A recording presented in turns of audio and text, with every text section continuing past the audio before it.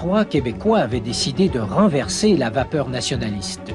Pierre Elliott Trudeau, Gérard Pelletier et Jean Marchand veulent démontrer que des Canadiens français peuvent exercer le pouvoir à Ottawa. On les baptise les 3 Colombes. En avril 1968, Trudeau devient chef du Parti libéral du Canada. Pendant la campagne électorale fédérale du printemps 68, c'est la Trudeau-manie à travers le pays. L'élection est prévue le 25 juin. La veille, à Montréal, à l'occasion du défilé traditionnel de la Saint-Jean-Baptiste, des centaines d'indépendantistes voient la présence de Trudeau à la tribune d'honneur comme une provocation. Les slogans et les projectiles fusent. Trudeau refuse de partir. Une échauffourée éclate. 135 blessés, 300 arrestations, dont Pierre Bourgault, le chef du ARIN. Le lendemain, Trudeau est élu premier ministre du Canada. Après Laurier et Saint-Laurent, c'est le 3e Canadien français à diriger le pays.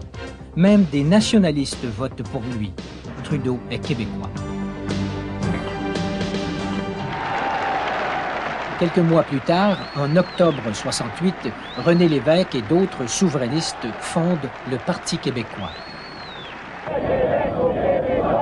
Les années qui viennent seront marquées du sceau de l'affrontement entre souverainistes et fédéralistes. On ne laissera pas diviser ce pays.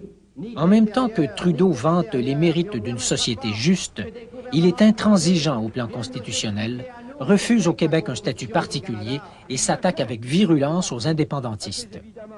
Aux yeux du Canada anglais, il est le Canadien français qui remettra le Québec à sa place. Ça a assez duré, les folies, depuis quelques années. On veut maintenant travailler ensemble pour faire un pays libre, un pays prospère et un pays uni. Fini, les folies.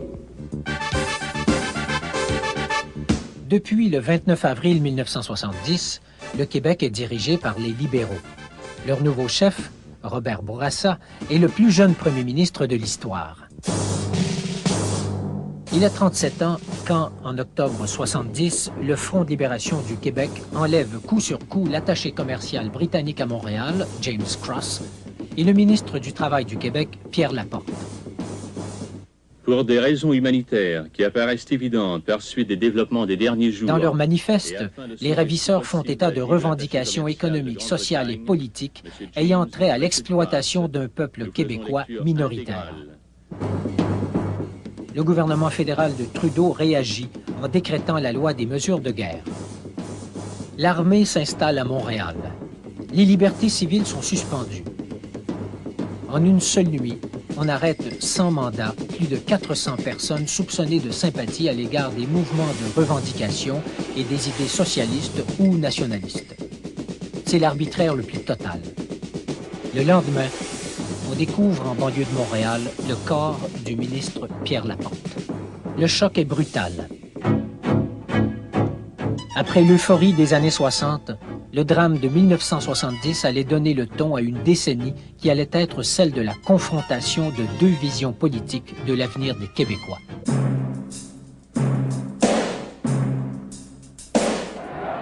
Le statut de la langue française sera au cœur de nombreux affrontements politiques au cours des années qui suivront. Déjà, une première loi en 1969 en avait mécontenté plusieurs. En 1974, le gouvernement Bourassa proclame par la loi 22 que le français est langue officielle. Mais cette loi est jugée trop perméable à l'invasion de l'anglais. Au milieu des décennies, le climat social est explosif.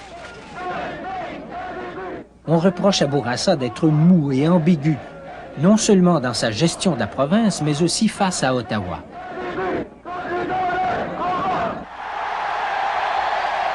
Des élections sont déclenchées. Le 15 novembre 1976, le premier parti souverainiste du Québec est élu. René Lévesque devient premier ministre. J'ai jamais pensé que je pouvais être aussi fier d'être québécois que ce soir. Le Parti québécois avait promis d'être d'abord un bon gouvernement. Il s'empresse de faire voter une loi qui fait du français la langue officielle du travail, de l'affichage, des tribunaux, de l'État, bref, de la vie quotidienne des Québécois. Ce sera la loi 101. Mais ce qui préoccupe le gouvernement et l'évêque, c'est sa promesse de tenir un référendum sur la souveraineté du Québec. La question a l'ambiguïté des compromis. Le PQ demande modestement à la population le mandat d'aller négocier la souveraineté association avec le reste du Canada. La campagne référendaire est virulente.